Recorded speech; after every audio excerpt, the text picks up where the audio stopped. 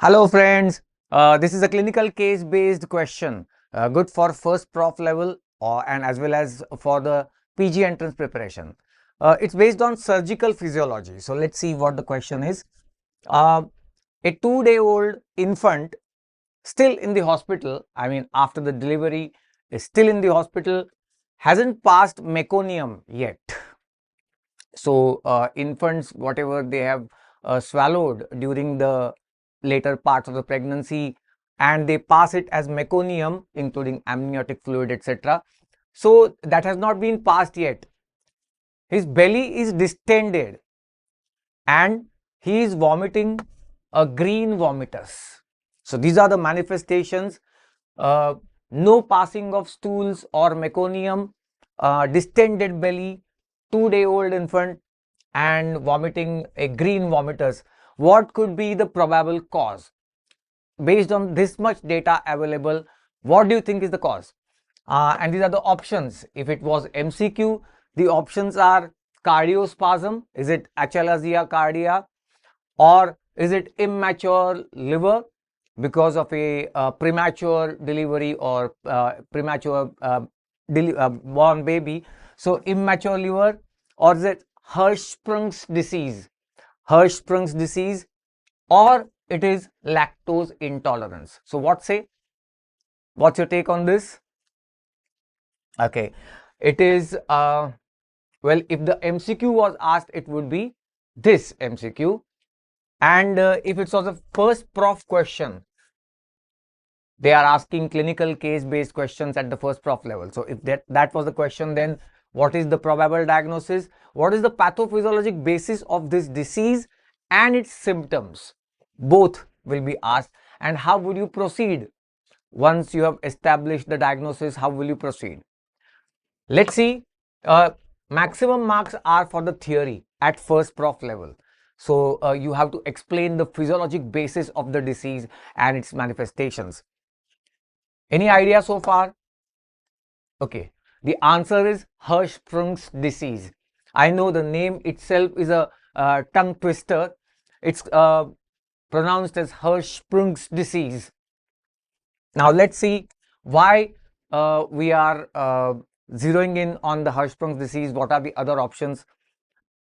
Achalasia cardia, cardiospasm or achalasia cardia is the spasm at the level of lower esophageal sphincter, and how it manifests after birth, that there is regurgitation of the milk that is consumed by the child. It cannot go beyond a certain level, beyond the lower end of the esophagus. There is a cardiac sphincter and that region has gone into spasm, and it's a congenital defect. So the milk cannot go beyond that point into the stomach, and the milk simply regurgitates out. There is a difference between vomiting, which is because of the antiperistalsis, and simply regurgitation, because the milk has not gone down, it just regurgitates out. There would be regurgitation in the case of achalasia cardia. Along with that, there is dysphagia, difficulty in swallowing, of course, and aspiration pneumonitis. Since this milk comes out, regurgitant milk, it might go into the respiratory passage, resulting in aspiration pneumonia.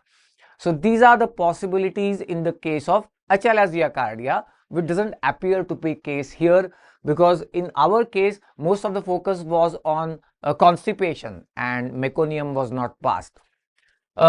Is it immature liver? In the case of immature liver also, vomiting is possible, which is the case here in our case, but jaundice has not been mentioned. If there is immature liver, that means bilirubin cannot be conjugated, and therefore bilirubin levels rise, resulting in jaundice, which is not mentioned here. There will be pale colored stools and dark urine, because bilirubin could not reach the intestines properly and could not be excreted into the stools and as urobilinogen. Therefore, dark colored urine and pale colored stools generally found with immature liver. That has not been mentioned, so we can rule this out. Lactose intolerance, that was in the option. Well, if there is lactose intolerance, then there will be bloating. Yes, because lactose in the milk cannot be digested, and therefore it results in bloating because of excessive gas formation. There is bloating, yes, but generally it manifests as diarrhea because lactose could not be digested. It might result in the osmotic pull of water into the intestines, resulting in osmotic type of diarrhea, which has not been mentioned here. In fact, there is constipation in our case. So we can rule out this particular option, and that leaves us with the only option, that's Hirschsprung's disease. Quite appears to be the case. Let's understand why Hirschsprung's disease is the most likely possibility. Starting with the basics. What is Hirschsprung's disease, and what's the pathophysiology of its manifestations? It is often called as congenital aganglionic megacolon. You may repeat this once again in your mind. Congenital aganglionic megacolon. Congenital meaning it's a congenital defect. Aganglionic means there is absence of ganglia in some part of the colon. Enteric nervous system, some nerve plexuses will be absent, and the relevant ganglia also will be absent. So aganglionic, and therefore distension of the colon resulting in megacolon, obstruction at some level, and mega, large colon. So it presents with severe constipation. Hirschsprung's disease generally presents in the newborn babies. It could also manifest in the older children, that's fine, but commonly found in newborn babies. Failure to pass the meconium or stools. Within the 48 hours of the delivery, there is failure to pass anything as meconium or stools, and abdominal distension. These are the common features and which have been mentioned here. So we call probably it is Hirschsprung's disease. Let's talk about the theory or pathophysiology. At the first prof level, most of the focus will be for discussing the theory and physiological aspects or pathophysiological aspects. Let's understand what this disease is. We have already said that this is a congenital disease, right? So during fetal life, there is organogenesis, and as a part of that, the cells that are destined to become enteric neurons, the digestive tract is lined with ENS, enteric nervous system. There are nerve plexuses which belong to this ENS, enteric nervous system. It starts with the neural crest, and the cells which are destined to become these enteric nervous system neurons, they start populating the gut. They migrate from the neural crest, and they start populating the gut. They start locating or settling down in the gut wall, and this happens in a very sequential manner from mouth to anus. So just a diagrammatic representation.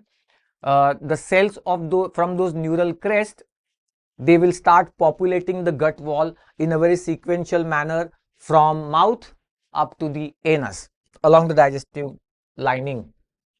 All right.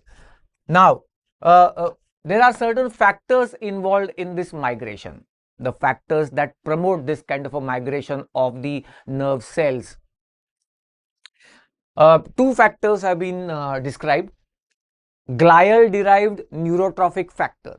So it's a neurotrophic factor, which means it will cause migration of the nerve cells of the ENS, enteric nervous system, and endothelin 3. Now, mutations in these factors or the genes that code these factors, there will be mutations or receptors for these factors. The mutations of these things will result in these factors being deficient, and because these factors are deficient, migration of the neurons from the neural crest to the enteric nervous system, it becomes affected. So you can see here, there was migration of the neuronal cells and they were populating or settling down in the gut wall in a sequential manner. But this migration, this development stops at certain point. The migration terminates prematurely. I'm talking now about the Hirschsprung's disease. If this migration stops prematurely, you can see here ileum, then ascending colon, and somewhere along this, the migration has suddenly stopped. Those enteric neurons, their migration has suddenly stopped. That means the remaining part of the colon up to the sigmoid colon and rectum and anus will be devoid of those nerve cells of the enteric nervous system. In the wall of this remaining gut, there would not be neural plexuses of the enteric nervous system, and their associated ganglia also will be absent. So this is what happens. Migration terminated prematurely. This is during the embryonic life, during the organogenesis, and nerve plexuses getting lodged into the wall of the gut.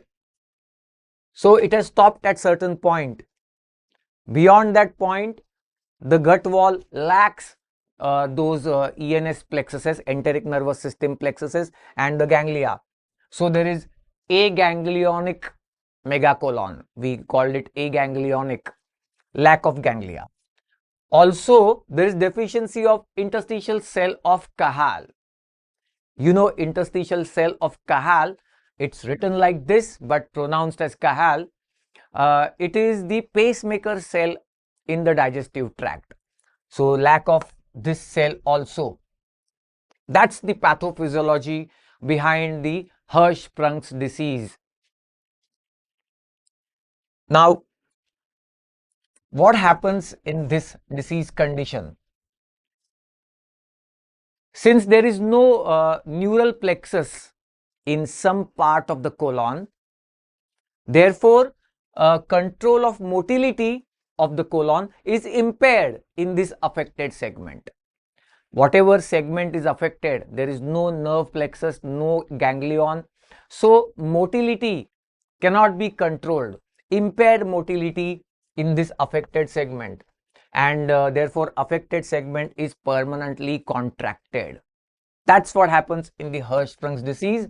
It may result in the obstruction, and if there is obstruction, then no passage of meconium, no passage of stools, accumulation of gases, and the abdomen becomes distended. That's the result of this obstruction.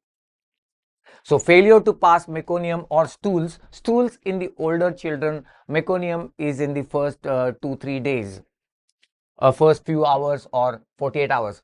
So there's severe constipation, abdominal distension, and megacolon. As we have said, there is distended colon resulting in megacolon. Green vomitus is also a feature because there was failure to excrete bile into the stools. The bile can regurgitate and it may come out via vomitus and it will appear green. So greenish vomitus because of the presence of bile.